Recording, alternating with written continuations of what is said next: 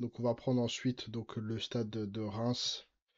Donc là, donc sur l'année donc 2022-2023, donc le stade de Reims est 11e avec 51 points, donc 12 victoires, 15 nuls et 11 défaites.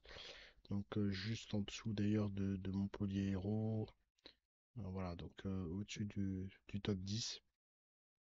Donc ensuite, avec le travail de style, donc il se retrouve 9e avec 47 points. Donc 13 victoires, 8 nuls et puis 13 défaites. Donc juste en dessous d'ailleurs du Stade Rennais, au-dessus de l'Olympique de Marseille. Donc très très belle performance, hein, de la part du Stade de Reims, avec 108 millions en termes de valeur globale, hein, donc assez entre guillemets assez faible. Âge moyen âgé entre guillemets, entre 25,5 en âge moyen, un effectif réduit à 70% de joueurs étrangers. Bah, comptablement en bénéfice avec 21,6 millions, avec plus de ventes en tout cas en valeur que d'achat.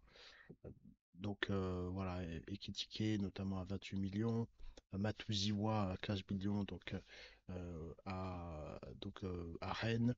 Et puis ensuite on a des petits achats en dessous de 12 millions entre Nakamura, Darami, Okumu, Thomas 5 millions. Donc voilà, vraiment des petits achats intelligents, des petites pépites.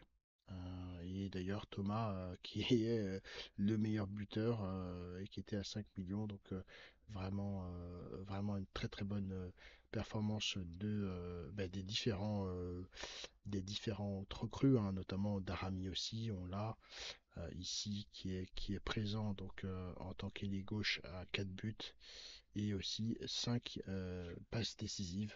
Donc on a vraiment cette très très belle performance, hein, du stade de Reims avec style.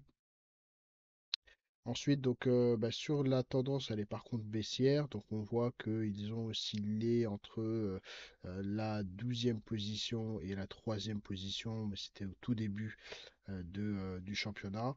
Donc une tendance, hein, baissière, même si voilà, ils finissent 11e, donc une meilleure performance que l'année d'avant.